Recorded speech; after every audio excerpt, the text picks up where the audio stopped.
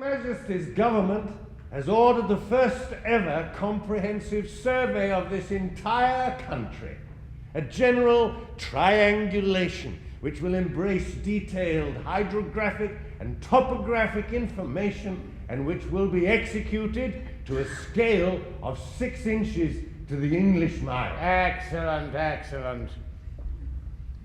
A new map has been made of the whole country. No, but it's a very beautiful play, and it's about things that are lost in translation, things that are found in translation, and about what happens to yourself and your culture when you change things. I think it's a major classic. It's a classic of the modern theatre for all the best reasons. It tells a wonderful story. It's an extraordinary piece of theatre, and it deals with issues that resonate across the world, I think. It's also very funny. It's intellectually challenging. It's unbelievably moving. It contains, in my opinion, the greatest love scene ever written since Romeo and Juliet. I mean, what more could you want? I know what you're saying. I would tell you how I want to be here, to live here always with you. Always. Always. Always.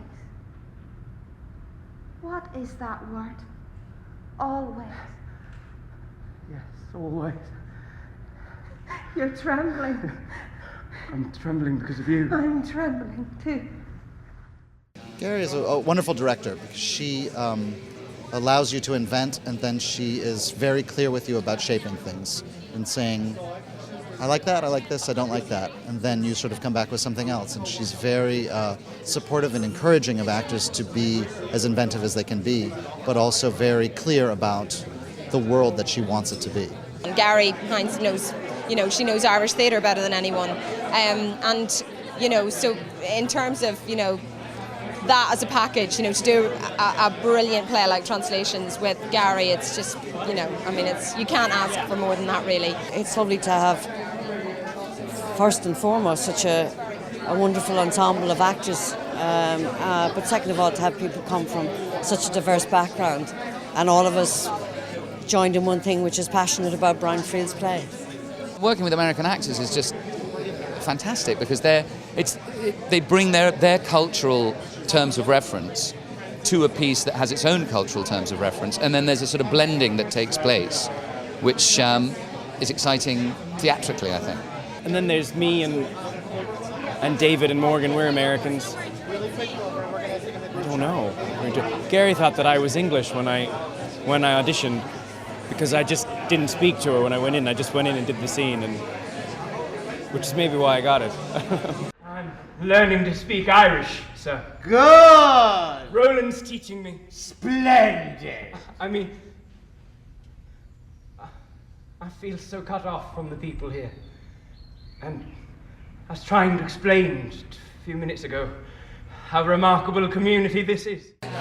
In New York, people are so responsive. Compared to London or Dublin, people are so responsive in the sense of they tell you what they feel about something. They're not backwards at coming forwards in this town, you know what I mean? And that's wonderful for actors. It's the best place to do it. It feels like a pinnacle. We get great people to come and see it. And it's the culmination of a long, hard grind. There's something about doing it in America that, because it's about indigenous communities and an outside force coming in, trying to spread progress, that has a resonance with, certain issues that are very potent at the moment in America. I think it's about colonization. I think it's about coming into another country and telling them what they should do.